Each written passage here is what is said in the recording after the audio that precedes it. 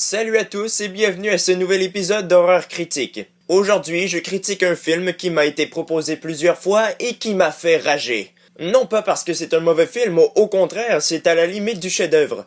Il m'a fait rager positivement. Je critique Eden Lake, un film choquant surtout par son sujet.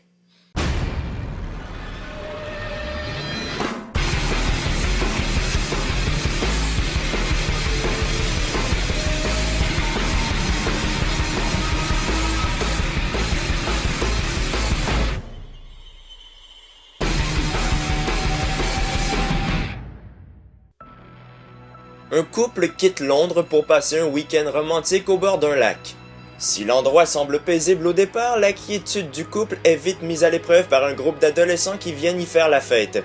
Irrités par la musique trop forte, ils leur demandent poliment de baisser le volume.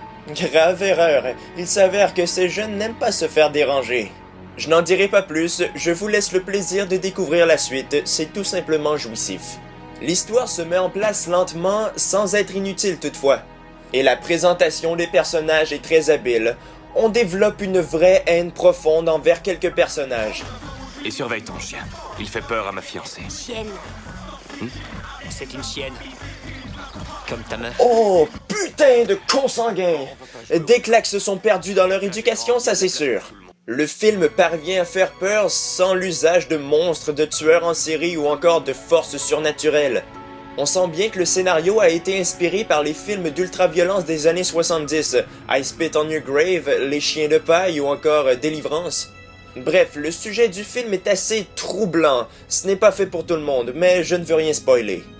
Eden Lake est réalisé par James Watkins, qui en 2012 réalisera Woman in Black.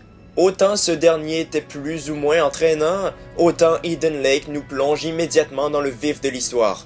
C'est un film véritablement captivant et surtout très stressant. Il est entraînant dès le début, quoiqu'après les scènes sont un petit peu répétitives, mais sans plus.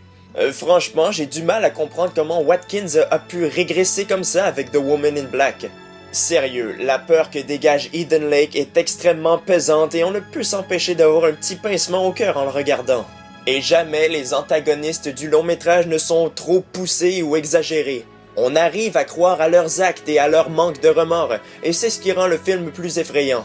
Et c'est aussi parce que les acteurs y mettent du cœur. Tout d'abord, en premier plan, on nous offre une Kelly Reilly qui est déchaînée et qui joue à merveille. Épaulée du jeune Magneto, Michael Fassbender, qui nous livre également une performance crédible. Ensuite, il y a Jack O'Connell, à qui j'aurais foutu d'innombrables baffes. Oh, il m'a fait tellement chier, mais c'est parce qu'O'Connell le jouait tellement bien.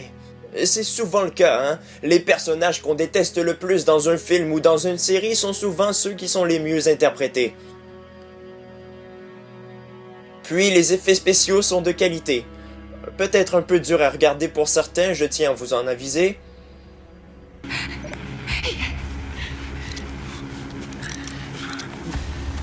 Vas-y, tu lui arraches sa putain de langue.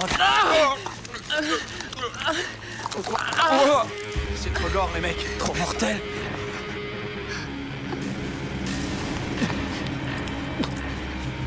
Tiens, Cooper.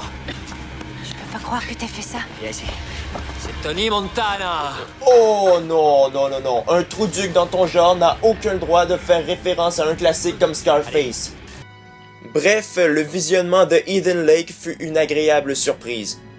Un film entraînant, presque dépourvu de défauts, avec une ambiance qui pèse du début à la fin, j'accorde à Eden Lake une note de 9 sur 10. Bref, je termine cette critique ici, j'espère qu'elle vous a plu. N'hésitez pas à regarder mes prochains épisodes d'Horreur Critique, à laisser des commentaires et à vous abonner à ma chaîne. Salut!